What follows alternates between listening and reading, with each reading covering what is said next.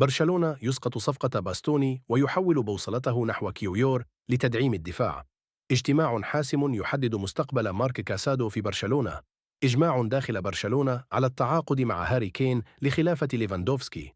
تصريح ناري وغير متوقع من مدرب فالنسيا بعد مواجهة برشلونة. وإذا كنت من محبي ومتابعين نادي برشلونة، لا تنسى الاشتراك في القناة وعمل لايك ومتابعة لصفحتنا. وهيا نبدأ الفيديو بالصلاة والسلام على رسول الله صلى الله عليه وسلم. برشلونة يسقط صفقة باستوني ويحول بوصلته نحو كيويور لتدعيم الدفاع.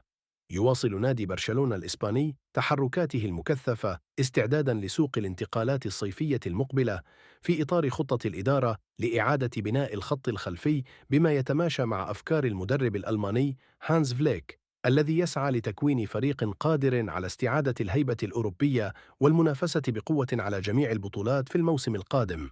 وكشفت تقارير صحفية إسبانية وإيطالية أن إدارة برشلونة قررت صرف النظر بشكل شبه نهائي عن التعاقد مع المدافع الإيطالي أليساندرو باستوني لاعب إنتر ميلان الإيطالي، بعدما اصطدمت المفاوضات بعقبات مالية وفنية معقدة، أبرزها مطالب إنتر المرتفعة التي وصلت إلى 60 مليون يورو مقابل التخلي عن مدافعه الدولي.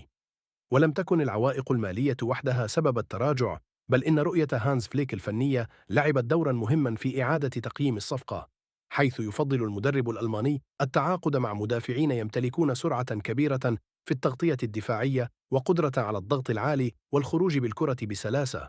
وهي مواصفات ترى الإدارة الرياضية بقيادة المدير الرياضي ديكو أنها قد تتوفر بشكل أفضل في خيارات أخرى داخل السوق. وفي ظل تعثر صفقة باستوني، برز اسم المدافع البولندي ياكوب كيويور لاعب أرسنال الإنجليزي كأحد أبرز البدائل المطروحة على طاولة برشلونة، بعدما لفت الأنظار بمستوياته القوية خلال الموسم الحالي سواء دفاعياً أو في بناء اللعب من الخلف. ويحظى كيويور بإعجاب داخل النادي الكتالوني بفضل مرونته التكتيكية، إذ يجيد اللعب كقلب دفاع أيسر، كما يمكنه شغل مركز الظهير عند الحاجة، ما يمنح الجهاز الفني حلولا متعددة داخل المنظومة الدفاعية، خصوصا مع اعتماد فليك على أسلوب الضغط العالي والتحولات السريعة. وترى إدارة برشلونة أن صفقة كيويور ستكون أكثر واقعية من الناحية الاقتصادية مقارنة بصفقة باستوني، في ظل سعي النادي لتوزيع ميزانية الانتقالات بين تدعيم الدفاع والهجوم بشكل متوازن، خاصة مع استمرار العمل على ملف التعاقد مع مهاجم جديد لقيادة الخط الأمامي في المستقبل. اجتماع حاسم يحدد مستقبل مارك كاسادو في برشلونة. يعيش لاعب وسط نادي برشلونة الإسباني الشاب مارك كاسادو مرحلة مفصلية في مسيرته الكروية، مع اقتراب عقد اجتماع حاسم مع الإدارة الرياضية داخل النادي من أجل تحديد مستقبله النهائي مع الفريق خلال المرحلة المقبلة. ويأتي هذا التطور في وقت يستعد فيه برشلونة لخوض مواجهة قوية أمام فالنسيا ضمن منافسات الدوري الإسباني على ملعب ميستايا، في ظل حالة من التركيز داخل النادي على حسم عدد من الملفات الرياضية المهمة قبل انطلاق سوق الانتقالات. من المنتظر أن يعقد مارك كاسادو البالغ من العمر 22 عاماً جلسة مباشرة مع إدارة برشلونة عقب نهاية الموسم لمناقشة وضعه داخل الفريق وخياراته المستقبلية، سواء بالاستمرار أو البحث عن فرصة خارج النادي. ويظهر اللاعب رغبة واضحة في البقاء داخل برشلونة، النادي الذي نشأ في أكاديميته وتدرج في فئاته السنية، حيث يشعر بانتماء كبير للمشروع الرياضي مع تطلعه للمساهمة في مستقبل الفريق. وكان المدرب الألماني هانز فليك قد عقد اجتماعا سابقا مع اللاعب أوضح له خلاله صعوبة المنافسة في خط الوسط في ظل وجود أسماء قوية مثل بيدري، فرينكي دي يونغ، جافي ومارك بيرنال، وهو ما جعل فرص المشاركة المنتظمة محدودة نسبيا. هذا الواقع دفع كاسادو لإعادة تقييم موقفه رغم التزامه بعقد طويل الأمد مع برشلونة يمتد حتى عام 2028. من جانبها، لا تمارس إدارة برشلونة بقيادة المدير الرياضي ديكو أي ضغوط على اللاعب من أجل الرحيل، في ظل عدم وجود أزمة مالية تدفع النادي للتخلي عن المواهب الشابة في الوقت الحالي. وفي المقابل، بدأت بعض الأندية الأوروبية متابعة وضع اللاعب وفتح قنوات تواصل مبدئية تحسباً لإمكانية ضمه في حال قرر مغادرة النادي الكتالوني. حتى الآن يبقى القرار النهائي بيد مارك كاسادو الذي يدرس بين خيار الاستمرار والصبر من أجل فرصة داخل برشلونة أو خوض تجربة جديدة تضمن له دقائق لعب أكثر واستمرارية أكبر على أرض الملعب. إجماع داخل برشلونة على التعاقد مع هاري كين لخلافة ليفاندوفسكي. تشهد أروقة نادي برشلونة الإسباني حالة من الإجماع الداخلي حول فكرة التعاقد مع النجم الإنجليزي هاري كين مهاجم نادي بايرن ميونخ الألماني، وذلك تمهيداً لصفقة قد تكون الأبرز في سوق الانتقالات الصيفية المقبلة. وبحسب تقارير صحفية فإن المدرب الألماني هانز فليك يضغط بقوة داخل إدارة برشلونة من أجل التعاقد مع مهاجم من الطراز العالمي بهدف تعزيز الخط الأمامي ورفع مستوى الفاعلية الهجومية في الموسم الجديد.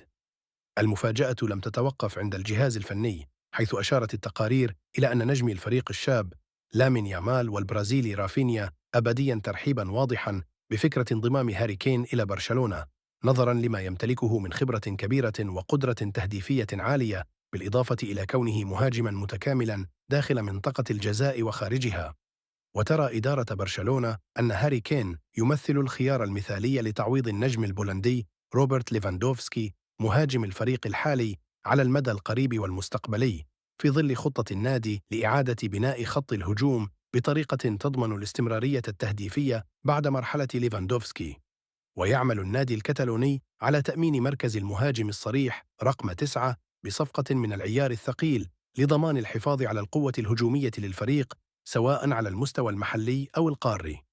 ورغم بلوغه 32 عاماً ما زال هاري كين يحتفظ بقيمته الفنية والاقتصادية في سوق اللاعبين، حيث تقدر قيمته السوقية بنحو 65 مليون يورو وفقاً لتحديثات موقع ترانسفير ماركت، بفضل استمراره في تقديم مستويات تهديفية عالية مع بايرن ميونخ.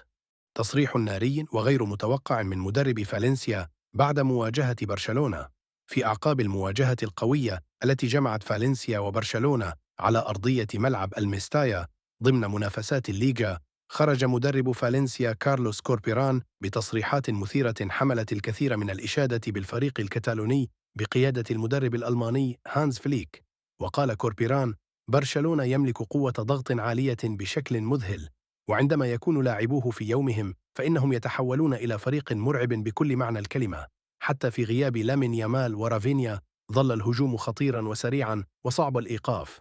وأضاف مشيداً بالمدرب هانز فليك: هانز فليك مدرب رائع تكتيكياً، ومنذ توليه قيادة برشلونة تغير الفريق بالكامل وأصبح أكثر شراسة وتنظيماً، يمكنه التعامل مع أي مباراة مهما كانت الظروف أو اللاعبين المتاحين.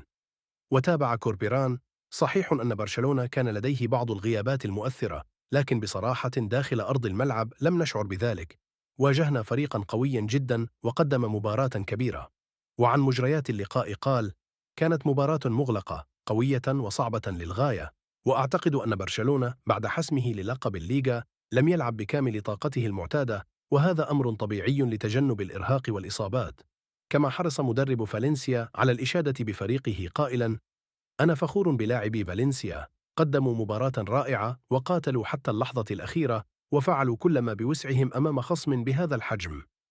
وفي ختام تصريحاته قال كوربيران: جماهير برشلونة رائعة وقوية بحق، وحتى هنا في ملعب الميستايا كانوا مثل الجحيم في المدرجات، صاخبون وداعمون طوال الوقت. هم جمهور استثنائي دائما ما يمنح فريقه كل الدعم ويقوده للبقاء في القمة.